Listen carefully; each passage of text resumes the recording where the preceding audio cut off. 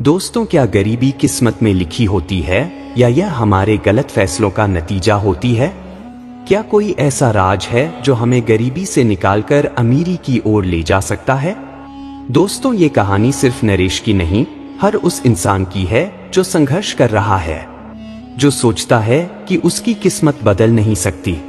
लेकिन अगर एक किताब जो आपकी जिंदगी बदल सकती हो तो, अगर सिर्फ 7 सबक आपकी गरीबी को अमीरी में बदल सकते हो तो, दोस्तों आज हम आपको एक ऐसी अद्भुत कहानी सुनाने वाले हैं जो आपके सोचने का तरीका बदल देगी।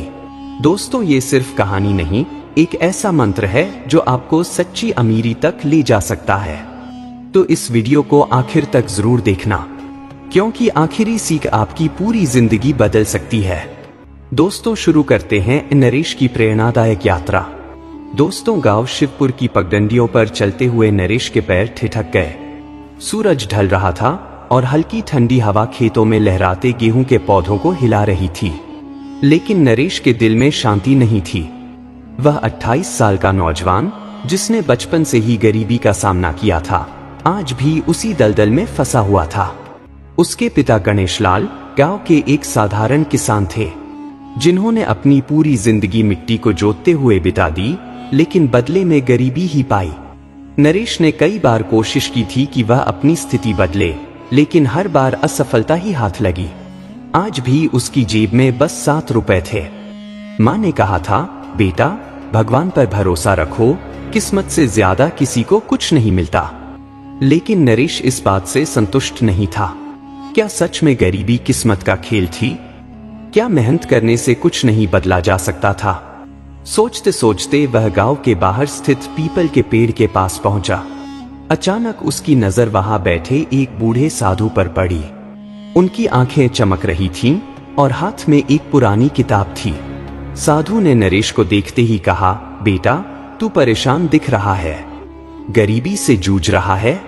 नरेश चौंका। यह बाबा कौन थे? उन्होंने कैसे उसकी परेशानी को भांप लिया?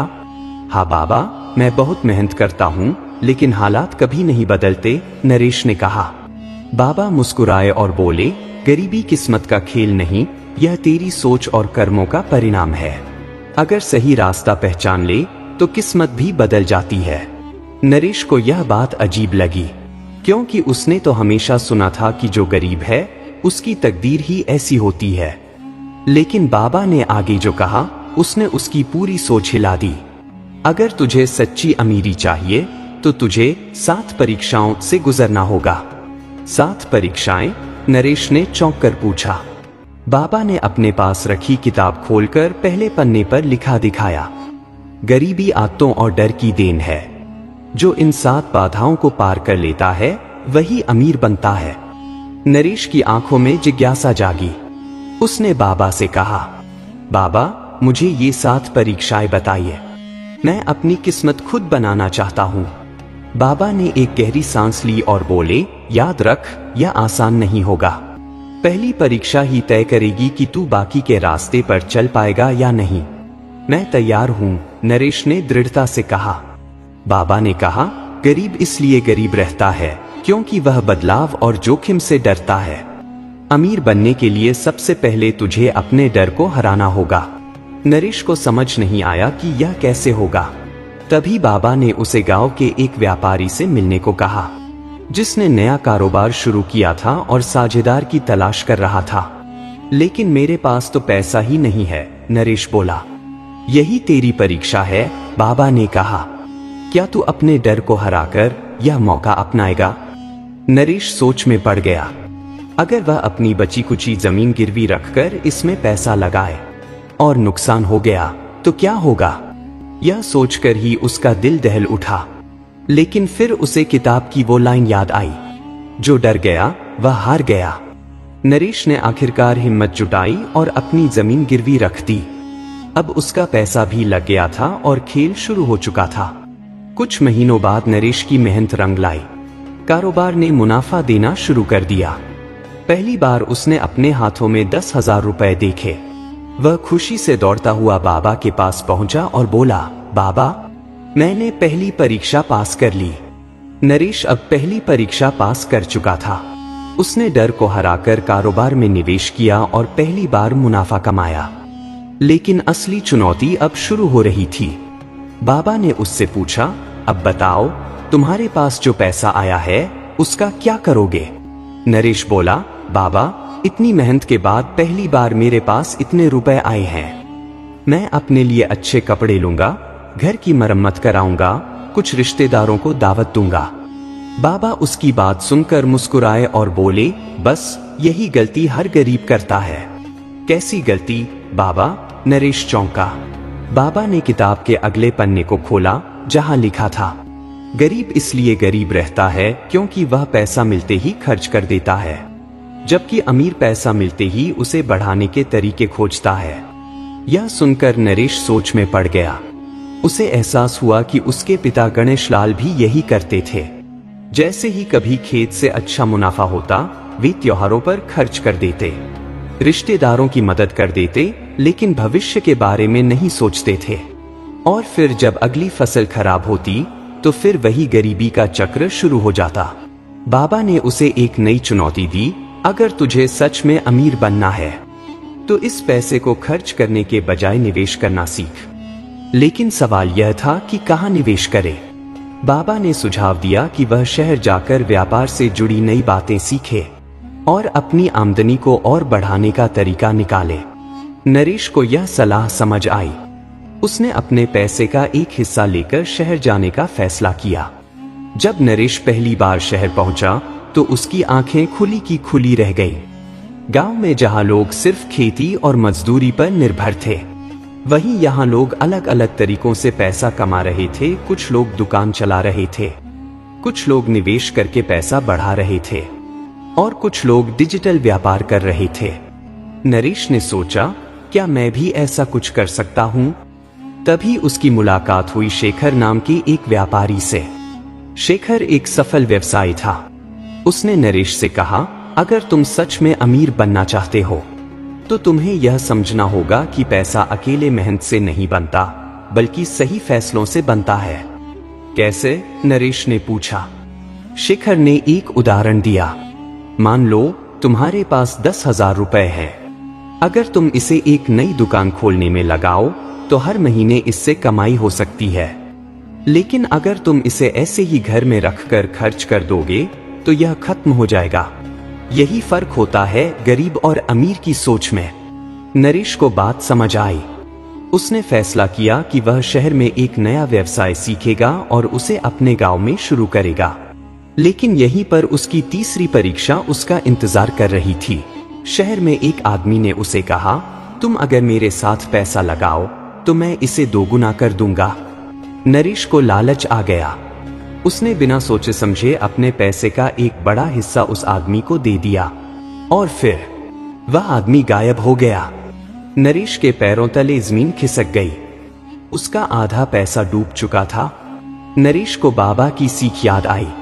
टूटे मन से वह गांव लौटा और बाबा के पास गया। बाबा, मैं बर्बाद हो गया, मुझे धोखा मिल गया। बाबा मुस्कुराए और बोले, तूने गलती की, लेकिन यह तेरा अंत नहीं है। असली अमीर वही बनता है जो अपनी गलतियों से सीखता है। पर बाबा, मैं क्या करूं अब? बाबा ने किताब का अगला पन्ना खोला जहां लिखा था, जो बिना सीखे निवेश करता है वह हमेशा हारता है, लेकिन जो अपनी गलतियों से सीखता है वह अगली बार बेहतर निर्णय लेता है।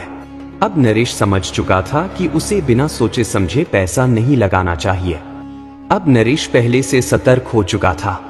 उसने अपनी बची हुई पूंजी को सोच समझकर निवेश किया और गांव में एक नई दुकान खोली। वह अब केवल मेहनत नहीं कर रहा था, बल्कि सही फैसले भी ले रहा था। धीरे धीरे उसकी आमदनी 3 गुना बढ़ गई। लेकिन क्या यह उसकी अंतिम परीक्षा थी? नहीं, अभी सबसे कठिन परीक्षा बाकी थी, समय का सही उपयोग करना। नरेश अब तक 2 बड़ी परीक्षाएं पास कर चुका था। डर पर काबू पाकर पहला निवेश करना और पैसे को फिजूल खर्च करने की बजाय सही जगह लगाना। लेकिन बाबा ने कहा, अभी तेरा सफर पूरा नहीं हुआ, असली परीक्षा अब शुरू होगी। अब कौन सी परीक्षा बाबा? नरेश ने उत्सुकता से पूछा। बाबा ने किताब का तीसरा पन्ना खोला जहां लिखा था, गरीब और अमीर के बीच का सबसे बड़ा फर्क यह है कि गरीब अपने समय को बर्बाद करता है, जबकि अमीर हर पल का सही उपयोग करता है। यह सुनकर नरेश सोच में पड़ गया। समय की बर्बादी सबसे बड़ी बाधा। नरेश ने अपने गांव के लोगों को देखा। कोई दिन भर गप्पे मारता था, कोई हर दिन अपनी असफलता का रोना रोता था। कुछ लोग मेहनत तो करते, लेकिन कोई योजना नहीं बनाते थे। वहीं नरेश ने जब अपने शहर के व्यापारी दोस्त शेखर को देखा, तो पाया कि वह हर घंटे की प्लानिंग करता था, हर मिनट को गिनता था और अपने काम को प्राथमिकता देता था। अब बाबा ने उसे एक नई चुनौती दी। अगर तुझे सच में अमीर बनना है, तो तुझे अपने समय का सही उपयोग करना सीखना होगा। नरेश ने खुद से वादा किया कि अब वह अपने दिन को बिना बर्बाद किए पूरी योजना के साथ जिएगा। उसने एक कड़ी दिनचर्या बनाई। सुबह जल्दी उठना और नए कौशल सीखना, दिन भर अपनी दुकान और व्यापार पर पूरा ध्यान देना, रात को अगले दिन की योजना बनाना। धीरे धीरे नरेश की उत्पादकता बढ़ने लगी, लेकिन तभी उसे एक और बड़ी समस्या का सामना करना पड़ा। जब नरेश ने अपने समय का सही उपयोग करना शुरू किया, तो गांव के कुछ लोग उसका मजाक उड़ाने लगे। अरे, अब तू बड़ा अमीर बन गया है क्या? इतनी मेहनत करके क्या कर लेगा? आराम से जी। यहाँ तक कि उसके परिवार में भी कुछ लोग नाराज होने लगे। अब तो तू हमारे साथ बैठता तक नहीं, बस काम ही करता रहता है, उसकी मां ने शिकायत की। नरेश इस उलझन में पड़ गया। क्या उसे अपने लक्ष्य के लिए अपने पुराने रिश्तों को त्यागना पड़ेगा? नरेश फिर से बाबा के पास गया और अपनी दुविधा बताई। बाबा ने हंसकर कहा, बेटा, सफल वही होता है जो काम और रिश्तों में संतुलन बनाना सीख ले। बाबा ने किताब का अगला पन्ना खोला, जहां लिखा था, समय की कद्र करना जरूरी है, लेकिन अपनों का साथ बनाए रखना भी महत्वपूर्ण है। नरेश को समझ आ गया कि उसे अपने समय को इस तरह बांटना होगा कि व्यापार भी बढ़े और परिवार व दोस्तों के साथ भी अच्छा रिश्ता बना रहे। अब नरेश ने एक नया तरीका अपनाया। सुबह और रात का समय अपने परिवार को दिया, दोपहर और शाम का समय व्यापार में लगाया, रविवार को दोस्तों और अपने लिए रखा। धीरे धीरे उसके व्यापार ने और भी रफ्तार पकड़ ली। अब वह अपने गांव के सबसे अनुशासित और सफल व्यक्ति में गिना जाने लगा। लेकिन क्या यह उसकी अंतिम परीक्षा थी? नहीं, अब एक और सबसे कठिन परीक्षा बाकी थी। नरेश ने अब तक 3 बड़ी परीक्षाएं पास कर ली थी। डर पर काबू पाकर पहला निवेश करना, पैसे की सही समझ रखना और बचत करना, समय की कीमत समझकर अनुशासन और दिनचर्या बनाना। लेकिन बाबा ने कहा था, अभी असली परीक्षा बाकी है। नरेश को अब अपनी अंतिम परीक्षा का सामना करना था, नए कौशल सीखना और खुद को लगातार बेहतर बनाना। गांव में ही नहीं, बल्कि पूरे इलाके में अब नरेश की चर्चा होने लगी थी। लोग उसे एक सफल व्यापारी मानने लगे थे, लेकिन वह जानता था कि सफलता को बनाए रखने के लिए लगातार सीखते रहना जरूरी है।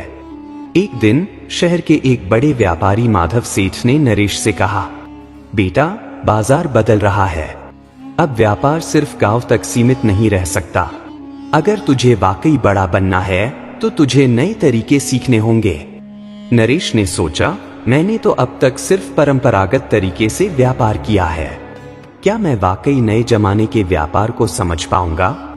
बाबा ने किताब का चौथा पन्ना खोला, जिसमें लिखा था, गरीब वही रहता है जो नए कौशल सीखने से डरता है, और अमीर वह बनता है जो बदलाव को अपनाता है। यह वाक्य पढ़कर नरेश को झटका लगा। वह समझ गया कि अगर उसे आगे बढ़ना है, तो उसे खुद को अपग्रेड करना होगा। उसने शहर जाकर बड़े व्यापारियों से डिजिटल बिजनेस के बारे में सीखा। ऑनलाइन मार्केटिंग, डिजिटल पेमेंट और सप्लाई चेन जैसे नए तरीकों को अपनाया। गांव के युवाओं को भी इन नई तकनीकों के बारे में सिखाना शुरू किया। धीरे धीरे उसका व्यापार गांव से निकलकर शहरों तक पहुंच गया। अब नरेश सिर्फ गांव का एक व्यापारी नहीं था, बल्कि वह एक प्रेरणा स्रोत बन चुका था। नरेश को अब एहसास हुआ कि असली अमीरी सिर्फ पैसे में नहीं, बल्कि ज्ञान, अच्छे विचारों और दूसरों की मदद करने में है। बाबा ने किताब का आखिरी पन्ना खोला, जहां लिखा था, सच्चा अमीर वह नहीं जो केवल खुद के लिए कमाता है, बल्कि वह है जो दूसरों को भी आगे बढ़ाता है। नरेश ने इसे अपने जीवन का मंत्र बना लिया। उसने गांव में एक व्यापार प्रशिक्षण केंद्र खोला जहां गरीब लोग भी आकर नए व्यापारिक गुर सीख सकते थे। गांव के युवाओं को डिजिटल व्यापार और निवेश के बारे में सिखाना शुरू किया।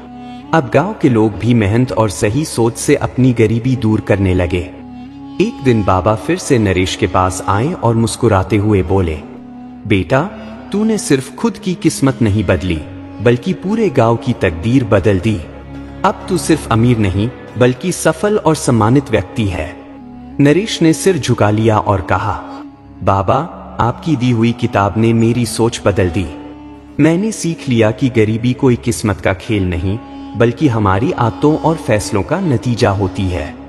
बाबा ने किताब का आखिरी पन्ना फाड़ दिया और कहा, अब यह किताब तुझे नहीं बल्कि तुझे दूसरों को सिखानी है। दोस्तों, गरीबी कोई किस्मत का खेल नहीं बल्कि हमारी सोच, आदतों और फैसलों का नतीजा होती है। अमीर बनने के लिए डर को हराकर सही फैसले लेने की हिम्मत रखनी होती है। बचत और निवेश की आदत डालनी पड़ती है। समय की कीमत समझनी होती है। नए कौशल सीखते रहना जरूरी होता है और सबसे महत्वपूर्ण, दूसरों को दोष देने के बजाय खुद की जिम्मेदारी लेनी पड़ती है। असली अमीरी केवल धन कमाने में नहीं बल्कि अपने ज्ञान और सफलता से दूसरों को आगे बढ़ाने में है। जो बदलाव से डरता है वह गरीब बना रहता है और जो सीखता, मेहनत करता और आगे बढ़ता है वही सच्चा अमीर बनता है। दोस्तों, अगर यह कहानी आपको पसंद आई हो तो इसको लाइक जरूर करना और अपने परिवार के साथ शेयर जरूर करना।